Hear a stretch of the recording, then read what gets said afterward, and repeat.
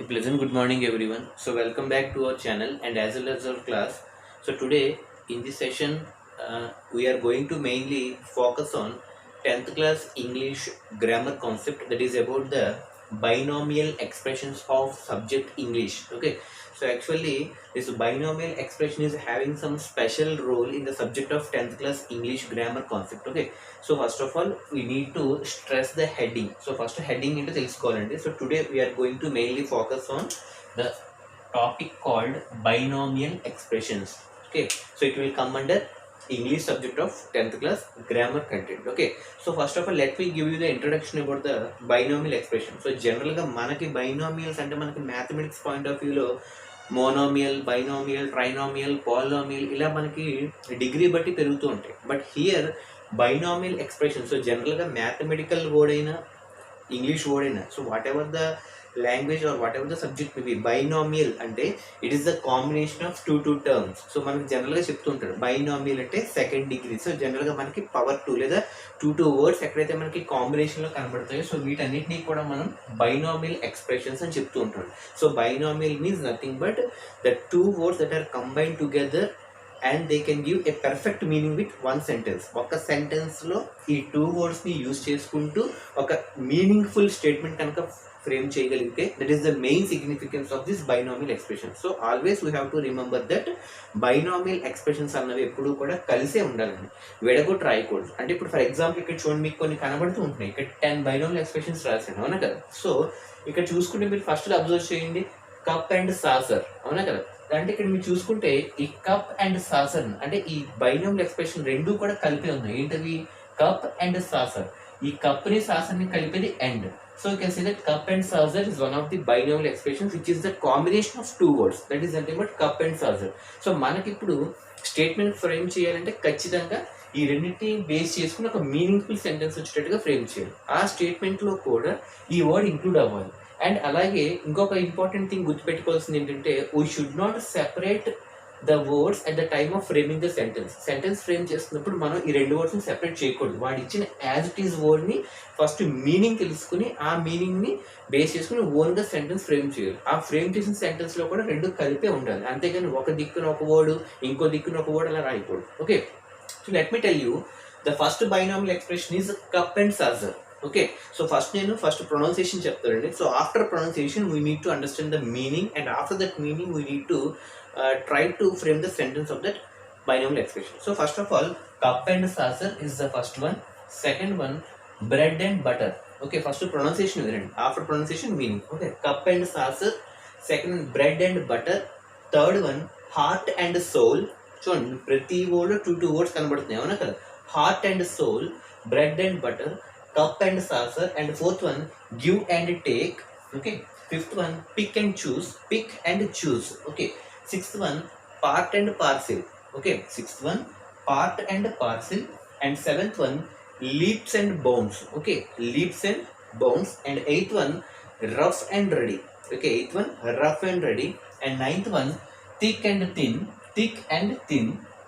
And last but not least, 10th one, odds and ends. Okay, odds and ends. So these are the 10 important binomial expressions. So this is the pronunciation. So after pronunciation we need to understand the meaning. So ప్రతిదానికి ఒక meaning ఉంటుంది. ఆ meaning కనుక మీకు అర్థమైతే you can frame your own sentence. Okay, so first of all you have to understand the meaning. First one cup and saucer అని చెప్తాం. What is the meaning of the binomial expression cup and saucer? Cup and saucer అంటే ఏంటి అంటే జనరల్గా cup and saucer అంటే having a close relationship. Okay, having a close relationship అంటే ఏదైనా ఒక ఇద్దరు వ్యక్తుల మధ్య కానీ ఇద్దరు వస్తువుల మధ్య కానీ ఏవైనా ఒక రెండు ఐటమ్స్ మధ్య ఒక స్ట్రాంగ్ బాండింగ్ అండ్ రిలేషన్ కనుక ఏర్పడితే సో దాన్ని మనం ఆ సందర్భంలో we use this cup and saucer dialogue. Okay, we simply are using cup and saucer binomial expression. So this cup and saucer can be used to indicate that bonding or having a strong close relationship between the two items or two persons. ఇద్దరు వ్యక్తుల మధ్య ఉన్నటువంటి relation తెలిపే సందర్భంలో మనం ఈ binomial expression వాడతాం. Is it clear not? So it is the word that indicates the close relationship between the two items or two goods or two persons. Okay, second one, bread and butter. Okay, so bread and butter అంటే ఏంటి? So ఇది మనం తినే bread butter కాదు. So bread and butter అంటే జీవనోపాధి, livelihood అని చెప్తూ ఉంటారు, కొంతమంది లైవ్లీహుడ్ అని చదువుతుంటారు. So you have to pronounce is livelihood. జీవనోపాధి అంటే ఏ పని అయితే చేసి తన కుటుంబాన్ని తన పొట్టని నింపుకుంటాడో ఆ పని ఏదైతే ఉందో జీవనోపాధి అని చెప్తూ ఉంటాడు. అంటే ఉపాధి అంటే పని, ఆ పని చేసి తన జీవనం సాగదీస్తాడు. కాబట్టి you're saying that bread and butter is nothing but livelihood, జీవనోపాధి. ఏ పని చేసి డబ్బులు సంపాదించి తన కుటుంబాన్ని నడిపించుకుంటూ వెళ్తాడో ఆ సందర్భంలో we have to use the word bread and butter. Simply you're saying livelihood. Okay, first one ఏం చెప్పుకున్నాం, having a strong or close relationship. Okay, and coming to third one, heart and soul. Okay, heart and soul అంటే ఏంటి అంటే హృదయపూర్వకంగా, అంటే ఆత్మసాక్షిగా అని చెప్తూ ఉంటారు. అంటే ఏ పని చేసినా కూడా మనం హార్ట్ఫుల్గా చేయాలని చెప్తూ ఉంటారు, హృదయపూర్వకంగా లేదా ఆత్మసాక్షిగా అని చెప్తూ అంటే కంప్లీట్ డెడికేషన్. ఓకే, ఒక వినయంగా ఒక శ్రద్ధ వహించి డెడికేటెడ్గా పనిచేస్తే ఆ సందర్భంలో we have to use the word heart and soul. Means with complete dedication. Dedication వినయంగా చేయాలి, హృదయపూర్వకంగా చేయాలి. ఓకే, సో అలాగే ఆత్మసాక్షిగా చేయాలి అంటే న్యాయం చేయాలి. అంటే with complete dedication is the meaning of heart and soul. Okay, హృదయపూర్వకంగా. Okay, next one, give and take. Give and take అంటే ఇచ్చి పుచ్చుకోవడం, అంటే sending and receiving. Sending and receiving, ఇచ్చుకోవడం పుచ్చుకోవడం. మీరు మాకేమి ఇస్తారు, నేను మీకు ఏమి ఇవ్వాలి. సో నువ్వు నాకు ఎంత ఇవ్వాలి, నేను నీకు ఎంత ఇవ్వాలి. సో గివ్ అండ్ టేక్ అంటే sending and receiving. Okay, next one, pick and choose. Pick and choose అంటే ఏరుకోవడం, సెలెక్ట్ చేసుకోవడం. అంటే సెలెక్టింగ్ అన్ ఐటమ్. ఈ సందర్భంలో ఆ వర్డ్ యూజ్ చేస్తాం. Pick and choose is nothing but to indicate in selecting and to indicate the selecting of a particular item. ఒక selection ఏదో ఒక ఐటమ్ మనం సెలెక్ట్ చేసినప్పుడు we have to use the word pick and choose. Means selecting or collecting or framing. Okay, next one, part and parcel. Very very important word, part and parcel. What is the meaning of the binomial part and parcel? Part and parcel అంటే include చేసినటువంటి ఒక భాగం. Okay, so for example education చెప్తుంటారు. Education అంటే Telugu, Hindi, English, maths, science, సోషలే కాదండి. సో ఈ అకాడమిక్స్తో పాటు స్పోర్ట్స్ కూడా ఇంక్లూడ్ చేశారు. అంటే స్పోర్ట్స్ కోటాలో కూడా ఎడ్యుకేషన్ ఉంటుంది, అవునా కదా. అలాగే ఫిజికల్ ఎక్సర్సైజ్ కూడా ఒక ఎడ్యుకేషనే, మెంటల్ ఎబిలిటీ కూడా ఒక ఎడ్యుకేషనే, అలాగే సబ్జెక్ట్స్ కూడా ఒక ఎడ్యుకేషనే. అంటే ఇవన్నీ కూడా part and parcel of education. అంటే ఇవి కూడా ఎడ్యుకేషన్లో ఒక ఇంటిగ్రేటెడ్ పార్ట్లో ఇన్వాల్వ్ అయి ఉన్నాయని అర్థం అండి. So the perfect meaning of part and parcel is integrated part. Integrated part అంటే జత చేయడం, అంటే అందులో యాడ్ చేయడం. ఫర్ ఎగ్జాంపుల్ ఇప్పుడు చెప్పుకున్న స్పోర్ట్స్ కూడా ఎడ్యుకేషన్లో యాడ్ చేశారు, మెంటల్ ఎబిలిటీ కూడా స్పోర్ట్స్ ఎడ్యుకేషన్లో యాడ్ చేశారు, అకాడమిక్స్ కూడా ఎడ్యుకేషన్లో యాడ్ చేశారు, అలాగే ఫిజికల్ ఎక్సర్సైజ్ డిపార్ట్మెంట్ కూడా ఎడ్యుకేషన్లో యాడ్. అంటే ఇవన్నీ కూడా ఇంటిగ్రేటెడ్ పార్ట్స్, అంటే యాడ్ చేయడం. That is called part and parcel. Integrated part అని అర్థం అండి. Next one, లీప్స్ and bounds.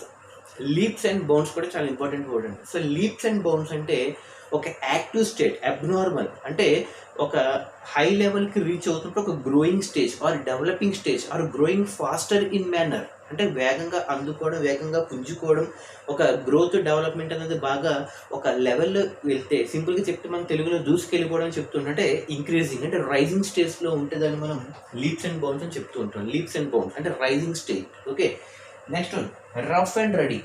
Rough and ready అంటే ఆల్మోస్ట్ రెడీ టు యూస్, అంటే అంతా సిద్ధమైపోయి ఉపయోగించుకోవడానికి రెడీగా ఉంటే దాన్ని మనం రఫ్ అండ్ రెడీ అంటాం. అంటే simply you can say that ready to use, ready to use, ఉపయోగించుకోవడానికి రెడీగా ఉంటే దాన్ని మనం రఫ్ అండ్ రెడీ అని చెప్తాం. Okay, next one, thick and thin. Very very very important word, thick and thin. What is the meaning of the binomial thick and thin? అంటే కష్ట సుఖాలు. కష్టం వచ్చినప్పుడు అంటే దుఃఖం వచ్చినప్పుడు, సుఖం వచ్చినప్పుడు కూడా మనకి తోడుగా ఉండేవాడు మనకి నిజమైన ఫ్రెండ్ అని చెప్తూ ఉంటాడు. Okay, friend is a friend in need అని చెప్తూ ఉంటారు, అవునా కదా. అలాగా మనకి కష్ట సుఖాల్లో మన పక్కన ఉండేవాళ్ళు మనని రియల్ ఫ్రెండ్స్ అని చెప్తుంటారు. అంటే ఇక్కడ థిక్ అండ్ థిన్ అంటే మనకి కష్టము మరియు సుఖ సందర్భాల్లో. థిక్ అంటే ఇక్కడ కష్టము అంటే దుఃఖము, థిన్ అంటే సుఖము, హ్యాపీనెస్. ఈ రెండు స్టేట్స్లో కలిపి మనం ఆ సందర్భంలో వాడతాం. హ్యాపీనెస్ అండ్ మిజరీ స్టేట్స్ అని చెప్పి అంటూ ఉంటారు, thick and thin. Okay, and last one, odds and ends. Odds and ends అంటే అక్కర్లేనివి, అన్నెసరీ థింగ్స్. అంటే మనకి ఫస్ట్ ఏవైతే ఒక ఇంపార్టెంట్ థింగ్స్ ఉన్నాయో వాటిని మనం పట్టించుకుంటాం, అన్నెసరీ థింగ్స్ తర్వాత చూద్దామని చెప్పి లెఫ్ట్ ఓవర్ చేస్తాం, అవునా కదా. సో అటువంటి అన్వాంటెడ్ అండ్ సెకండరీ ఇంపార్టెన్స్ కలిగినటువంటి వాటిని మనం ఆడ్స్ అండ్ ఎండ్స్ ఉంటాం. ప్రైమరీ కాదు, సెకండరీ అంటే ముందు అయిపోయిన తర్వాత చూద్దాం. అన్నెసరీ అండ్ అన్వాంటెడ్ థింగ్స్ ఏవైతే ఉన్నాయో వాటిని మనం ఆర్ సెంటెన్స్ అంటాం. So these are the meanings of each every binomial expression. Now let us try to frame the sentence for each and every one. Okay, so pronunciation and meaning, is it clear to everyone? So next one we shall try to focus on the framing of the statement. Okay, so నేను ఒక్కొక్క దానికి నేను మీకు స్లోగా చెప్తాను, you just try to copy the sentence. Okay, so first one, cup and saucer. అసలు cup and సాజర్ అంటే అసలు ఏం చెప్పుకున్నాం, ఒక క్లోజ్ రిలేషన్షిప్ ఉంటే దాన్ని మనం కప్ అండ్ సాజర్ అని చెప్తూ ఉంటాం, అవునా కదా. ఇప్పుడు దాన్ని మనం స్టేట్మెంట్ ఎలా ఫ్రేమ్ చేస్తామంటే listen carefully. The two friends, listen carefully, the two friends are always seen like cup and saucer. Okay, is it clear or not? The two friends are always seen like cup and saucer. అబ్బా, ఆ ఇద్దరు friends ఏమున్నారండి, ఎప్పుడు ఒకరు విడిచిపెట్టి ఇంకోరు ఉండలేరు. Always they live like cup and saucer. Cup లేకపోతే saucer లేదు, సాజర్ లేకపోతే కప్పు లేదు. ఆ ఫ్రెండ్ లేకపోతే ఈ ఫ్రెండ్ ఉండలేడు, ఈ ఫ్రెండ్ లేకపోతే ఆ ఫ్రెండ్ ఉండలేదు. కాబట్టి the two friends are always seen like cup and saucer. In such a way we can frame the statement. Clear? And next, second one, bread and butter. అంటే ఏం చెప్పుకున్నాం, లివ్లీహుడ్. ఏ పని అయితే చేసి మనం డబ్బులు సంపాదిస్తాం దాన్ని మనం లివ్లీహుడ్ అని చెప్తూ ఉంటాం. Okay, so bread and butter అంటే లివ్లీహుడ్. నౌ స్టేట్మెంట్ ఎలా ఫ్రేమ్ చేయాలి, listen carefully. Fishing is the, fishing అంటే చేపలు పట్టడం. Fishing is the bread and butter to fishermen. అంతే కదండి, చేపలు పట్టేవాడికి చేపలు పట్టడం అనేది ఒక livelihood. So fishing is the bread and butter to fishermen. Is it clear or not? So fishing is the bread and butter to fishermen. Okay, third one, heart and soul. Heart and soul అంటే complete dedication అని చెప్పుకున్నాం, హృదయపూర్వకంగా, with complete dedication, అవునా కదా. So మరి దీనికి ఎలా frame చేయాలి, how to frame the sentence. Heart and soul అంటే విత్ కంప్లీట్ డెడికేషన్. మీకు ఆల్రెడీ మీరు అబ్జర్వ్ చేస్తే సావిత్రి, పూర్వం ఒక యాక్ట్రెస్ ఉండేదండి సావిత్రి, మహానటి, అవునా కదా. సో ఆమె బతుకున్నంత కాలం సినిమా ఇండస్ట్రీకే, అంటే ఫిలిం ఇండస్ట్రీకే తన హార్ట్ అండ్ సోల్ ఇచ్చింది. అంటే కంప్లీట్గా యాక్టింగ్లో బాగా చేసింది కాబట్టి ఎప్పటికీ ఆవిడ్ని మహానటి అని చెప్తూ ఉంటారు, అవునా కదా. కాబట్టి we can frame the statement for this heart and soul is Savitri, listen carefully, Savitri gave her heart and soul to film industry. Savitri gave her heart and soul to film industry. అంటే ఫిలిం ఇండస్ట్రీకి తన హృదయపూర్వకంగా పని చేస్తని చెప్పి అంగీకరించి ఆ పని చేసింది. Savitri gave her heart and soul to film industry, లేదా to the development of the film industry. Okay, next one, give and take. ఇచ్చి పుచ్చుకోవడం. ఓకే, ఇవ్వడం పుచ్చుకోవడం. సో దీనికి స్టేట్మెంట్ ఎలా ఫ్రేమ్ చేస్తామంటే, give and take is always the best policy followed by humans. Humans అంటే మనుషులు, మనం. అంటే ఇచ్చి పుచ్చుకోవడం అనేది మానవులు ఉన్నటువంటి ఒక బెస్ట్ పాలసీ, కరెక్ట్ అయిన విధానం. Okay, give and take is always the best policy followed by humans. Got it or not? Next one, pick and choose అంటే సెలెక్టింగ్. చెప్పుకున్నాం కదండి, పిక్ అండ్ చూస్ అంటే సెలెక్టింగ్. సో మరి దీనికి ఎలా ఫ్రేమ్ చేస్తాం పిక్ అండ్ చూస్ కంటే? So every time, listen carefully, every time I pick and choose fresh vegetables in the market. Rights కదండి, ఎవ్రీ టైం అంటే వెళ్ళిన ప్రతిసారి.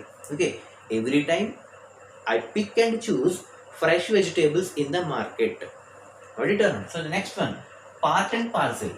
What is the meaning of part and parcel అని చెప్పుకున్నాం. Integrated part అని చెప్పుకున్నాం, అంటే అందులో యాడ్ చేయబడింది.